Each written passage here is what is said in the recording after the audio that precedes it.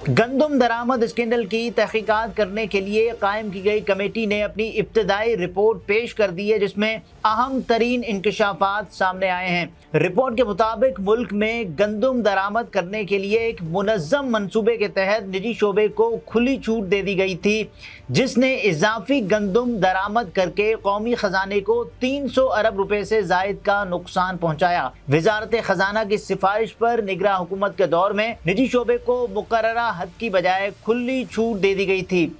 Report में ये बात भी सामने आई है कि गंदम दरामद पर निजी शोबे को जीएसटी और कस्टम ड्यूटी की भी छूट दी गई थी, जबकि निगरान वजीर आजम अनवारुल हक काकड़ से मंजूरी मिलने के बाद समरी नेशनल फूड सिक्योरिटी की तरफ से इरसाल की गई, जिससे गंदम ट्रेडर ने अरबों रुपए की कमाई की।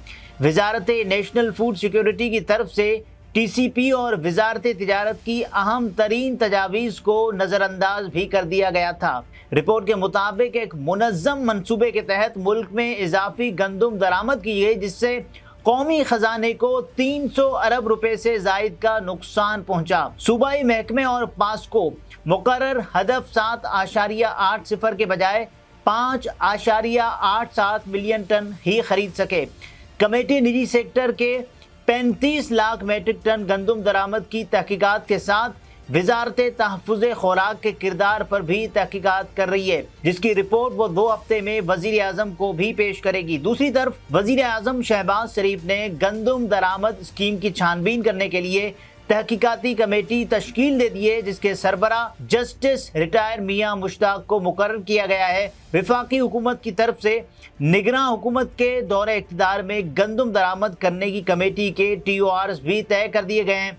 ज़राए ये भी कहते हैं कि कमेटी गंदम की इजाफी दरामद से कौमी खजाने को अरबों रुपए का नुकसान पहुंचने के मामले की तहकीकात करने के साथ साथ वजारत तिजारत और निगरान हुकूमत के मुबैना गंदम दरामदगी के गलत फैसले की जांच करके वजीर आजम को 2 हफ्ते में रिपोर्ट पेश करेगी। इसके अलावा पंजाब असेंबली के गुज़श्ता रोज होने वाले इजलास में गंदम पॉलिसी के मामले पर अपोजिशन ने दोबारा से इजलास तलब करने का फैसला करते हुए कहा था कि ऐवान में गंदम की नई पॉलिसी तश्कील दे रही है, न किसानों से खरीदारी कर रही है। PTI वर्कर्स और मेंबर्स के अलावा किसानों को गिरफ्तार किया जा रहा है। 2 दिनों से पुलिस किसानों के पीछे है।